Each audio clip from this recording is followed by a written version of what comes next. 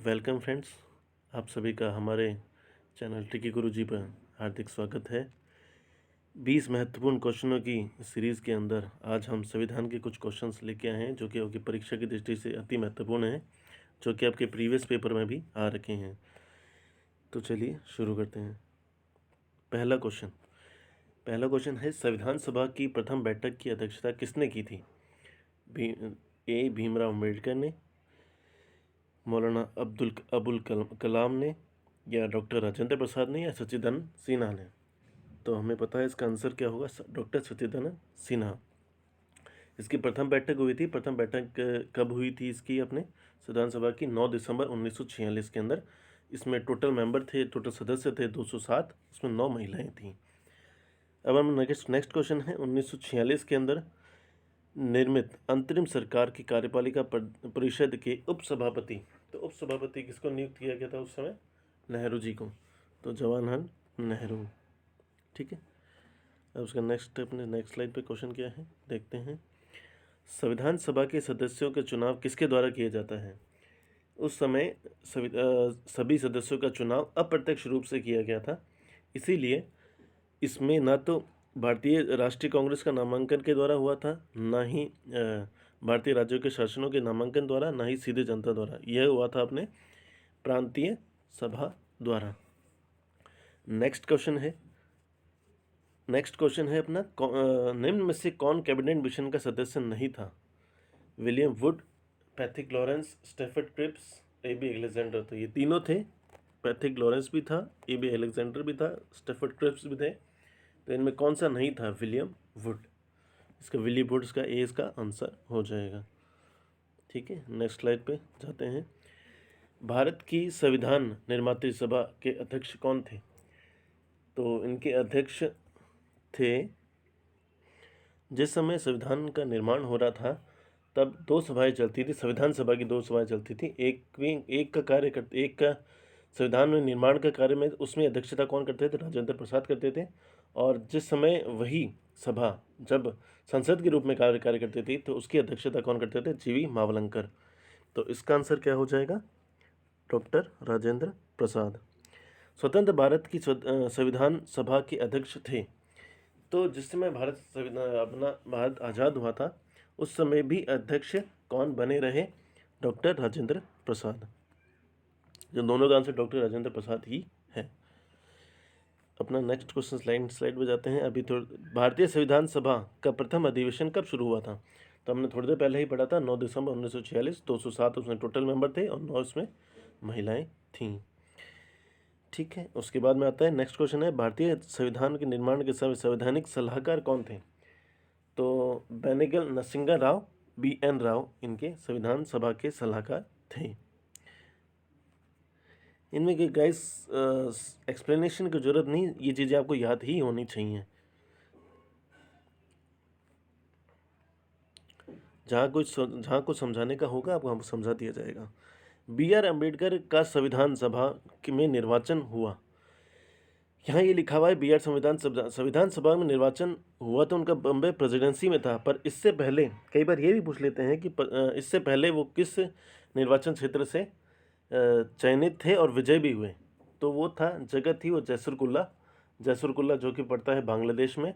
लेकिन आज़ाद होने के बाद में वह पूर्वी पाकिस्तान में चला गया, जिसके कारण इनकी संविधान सभा में इनकी सदस्यता समाप्त हो गई। उसके बाद में इन्होंने फिर से चुनाव लड़ा और फिर ये बम्बई प्रेसिडेंसी से निर्वाचित हुए। अब नेक्स्ट क्वेश्चन है, भारतीय संविधान सभा में कुल महिला सदस्य थी 15, 13, 12, 18। तो आंसर इसका क्या है? 15 महिलाएं थी। 15 महिलाएं थी और उनमें से एकमात्र मुस्लिम महिला कौन थी? बेगम अयाज रसूल। ये अगेन आप याद रख लीजिए, उनमें एक ही मुस्लिम महिला थी जो कि जिनका नाम क्या था? बेगम अयाज रसूल। प्रथम बैठक में कितनी थी? 9। और भारतीय संविधान सभा में कुल सदस्य जब लास्ट में थी तब कितनी रह गई थी? 15। कितनी हुई थी? 15, सॉरी। अब नेक्स्ट क्वेश्चन आता है अपना, भारतीय नागरिकता नहीं प्राप्त की जा सकती किसी भूभाग सम्मिलित द्वारा होती है, धन द्वारा भी होती है, विदेशीकरण भी द्वारा होती है। किसके द्वारा नहीं है? तो भारतीय बैंक में जमा धन आपको कितना भी जमा हो तो उसके कारण आपको नागरिकता नहीं मिलेगी। भारतीय संविधान निम्न में से नागरिकता प्रदान करता है? दोहरी नागरिकता, एकल नागरिकता या उपरोक्त दोनों? तो हमें पता है हम जिस देश के हैं तो उसी देश के रहते हैं। भारत में संविधान में यही लिखा हुआ है कि आप अगर भारत देश के नागरिक हैं तो आप भारत देश के ही होंगे, आप दूसरी देश के नागरिकता ग्रहण नहीं कर सकते। अगर आप उसको ग्रहण करोगे तो यहाँ की आपको नागरिकता छोड़नी पड़ेगी। तो यहाँ पे एकल नागरिकता ही चलती है। और ये एज इट इज़ ब्रिटेन के अंदर भी यही चलती है एकल नागरिकता का। दोहरी नागरिकता कहाँ पर है? दोहरी नागरिकता जैसे अपने यहाँ पे हैं कनाडा और अमेरिका, उनको दोनों वहाँ के लोगों को दोनों देशों की सदस्यता मिली हुई है। ठीक है, नेक्स्ट क्वेश्चन लिखा है कि भारतीय संविधान में उद्देशिका में कितने प्रकार हैं? 2 हैं, 1 है, 3 है, 4 हैं। तो मुख्यतः 3 ही हैं। 3 का मतलब क्या? 3 क्या होता है? इसमें होता है कि आपको स्वतंत्र रहने का अधिकार होता है, होना चाहिए। उस उद्देशिका का मतलब क्या है? उद्देश्य क्या है कि आप सबसे पहले आपको स्वतंत्रता का अधिकार भी होना चाहिए। मैं स्वतंत्र, आप कहीं भी जा सकते हो, उस देश के अंदर कहीं भी जा सकते हो। आपको न्याय का भी अधिकार होना चाहिए, आपको न्याय मिले, और आपको सबके साथ समानता का व्यवहार भी हो। तो ये मेन 3 उद्देशिका हैं। संविधान को एक पवित्र दस्तावेज किसने कहा? तो संविधान को एक पवित्र दस्तावेज किसने कहा? B.R. अम्बेडकर जी ने। तो B.R. अम्बेडकर जी हैं, उन्होंने संविधान को पवित्र दस्तावेज कहा। ठीक है, उसके बाद में आता है भारतीय संविधान में से किस स्वतंत्रता का वर्णन नहीं है? विचार प्रकट करने की, विश्वास की, विचार की और आर्थिक स्वतंत्रता। तो हमें पता है यहाँ विचार प्रकट करने की भी है, विश्वास की भी है, विचार की भी है, लेकिन आर्थिक स्वतंत्रता की नहीं है। तो उसका आंसर क्या हो जाएगा? आर्थिक स्वतंत्रता। लिखित संविधान प्रारंभ कहाँ से हुआ? तो पहली बार जो लिखित संविधान कहाँ से प्रारंभ हुआ है? जापान से। इसका आंसर हो जाएगा जापान। नेक्स्ट स्लाइड पे कहते हैं, अपना क्वेश्चन है नेक्स्ट कि राष्ट्रीय गीत के रचयिता कौन थे? तो लोगों को यही कन्फ्यूज़न होता है कि राष्ट्रीय गीत कौन सा है, राष्ट्रीय गान कौन सा है। तो राष्ट्रीय गीत है वंदे मातरम, जो कि किसके द्वारा लिखा गया है? बंकिम चंद्र चट्टोपाध्याय द्वारा और अपने रविंद्रनाथ टैगोर द्वारा लिखा गया है अपना जन गण मन, जो कि राष्ट्रगान है, और मोहम्मद इकबाल द्वारा लिखा गया है सारे जहां से अच्छा हिंदुस्तान हमारा। तो इसका आंसर क्या होगा? राष्ट्रीय गीत के रचयिता कौन है? राष्ट्रीय गीत के रचयिता है बंकिम चंद्र चट्टोपाध्याय हैं।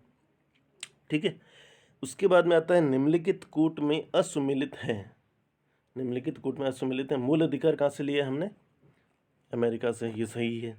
शासन की संसदीय प्रणाली यूनाइटेड किंगडम से ली है, बिल्कुल सही है। आपात उपबंध कहाँ से लिया गया? जर्मनी से, ये भी सही है। देखिए राजनीति के निर्देशक तत्व ये कनाडा से नहीं लिए गए हैं, ये कहाँ से लिए गए हैं? आयरलैंड से लिए गए हैं। तो इसका आंसर हो जाएगा D, Ireland. Okay, next slide पर जाते हैं अपने। नेक्स्ट स्लाइड में लिखा हुआ है निम्नलिखित में से कौन सा मौलिक अधिकार नहीं है? समानता का अधिकार, संपत्ति का अधिकार, शोषण के विरुद्ध अधिकार, धार्मिक स्वतंत्रता का अधिकार। तो हमें पता है इसका आंसर क्या होगा? संपत्ति का अधिकार।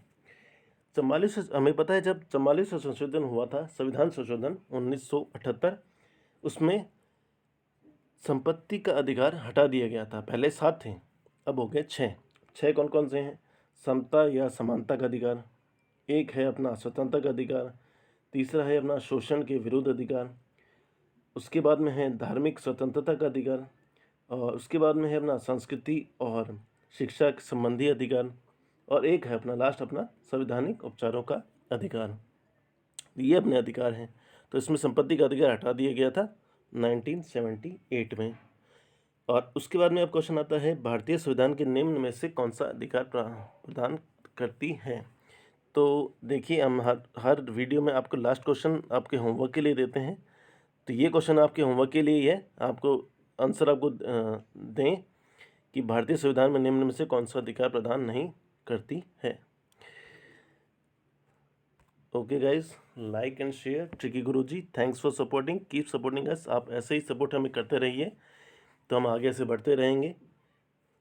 And thank you very much. और अपने घर के पास में जाएं, वैक्सीन लगवाएं, जितना जितना हो सके आप रजिस्ट्रेशन करवाएं और वैक्सीन लगवाएं, और मास्क पहनें, हाथ सैनिटाइज करें, अपना और अपनी फैमिली का ध्यान रखें। Thank you.